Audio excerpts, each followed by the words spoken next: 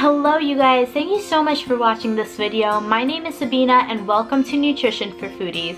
Today we're going to be talking about the ketosis diet.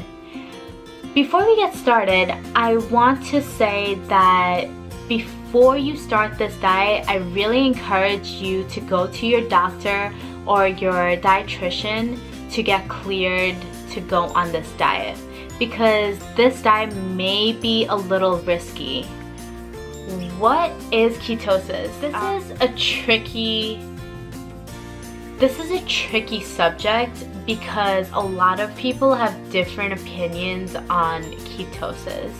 Today I'm not going to give you my opinion on ketosis, but I will explain to you what it is, what it basically does, what are the risks of it, and so on.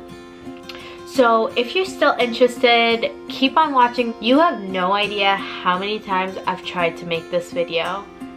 I feel like I just get nervous and I don't know what happened. So before we get started into what ketosis is and what it does, I want to talk to you a little about carbs. Carbs in our body get turned into glucose, which is a type of sugar, yes, but glucose eventually gets turned into ATP, which is also known as energy. This is how our body turns carbs into energy. This is the preferred fuel. The amount of carbs that you should be taking is from 50 to 100 grams per day. What is ketosis exactly? Ketosis is basically creating energy, but instead of carbs, we're now using fatty acids or ketones, which are made from fatty acids. How do we get into ketosis? What you would need to do is the amount of carbs you're taking in, you would have to lower it by a lot. So instead of 50 grams of carbs per day, you're going to need less than 20 grams of carbs a day. And then what would happen is your insulin production would lower and the amount of fatty acids that are let into your blood increase. After this, all the fatty acids go to your liver, and that's where they get metabolized and they turn into ketone bodies. Essentially, ketone bodies are an acidic compound to your blood, which is what makes your blood acidic during this process. With that being said, this is actually a surviving mechanism for your body. This isn't the preferred fuel. Okay, so how do we get into ketosis? I mean, I just kind of explained it, but what would you basically do? You would basically increase the amount of fats that you're taking in. You'd also increase the amount of saturated fat that you're taking in, like lard, butter, coconut oil, palm oil, and so on. During this diet, protein is essential, but you would also need to take it adequately, because too much protein can interfere with the ketosis state.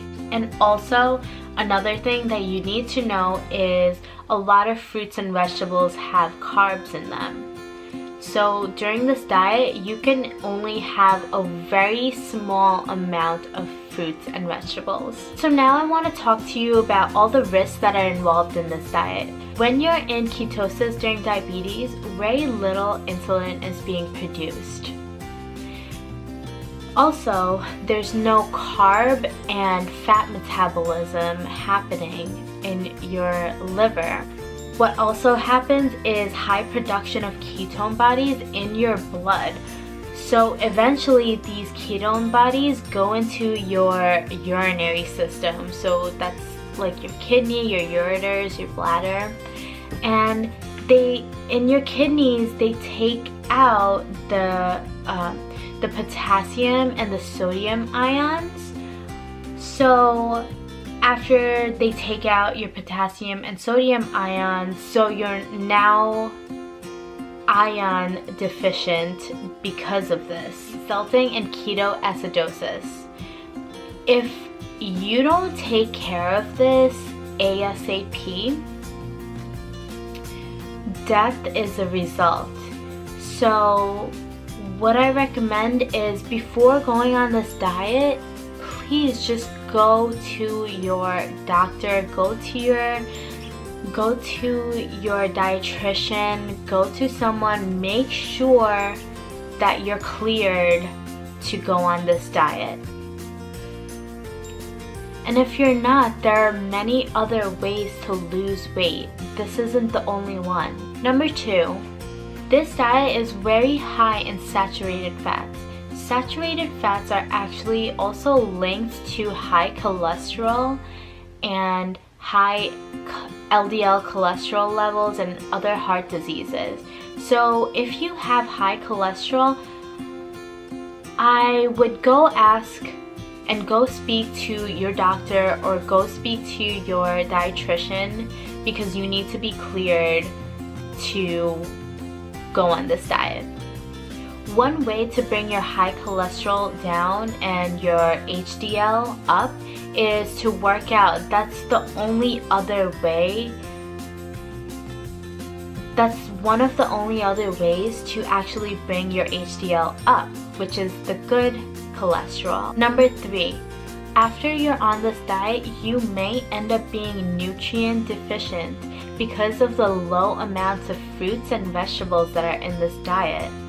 Number 4, you may have liver problems.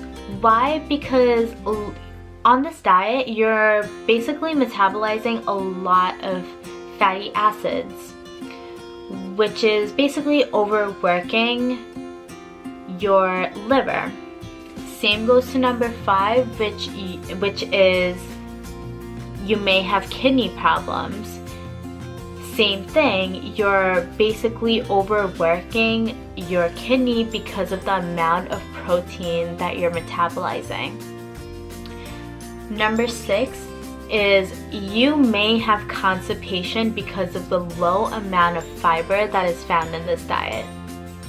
And lastly, number 7, this may not be a big deal for you, but you may have bad breath or fruity breath after being on this diet. That's it for this video. Thank you so much for watching, and don't forget to hit the subscribe button so you don't miss out on next week's video.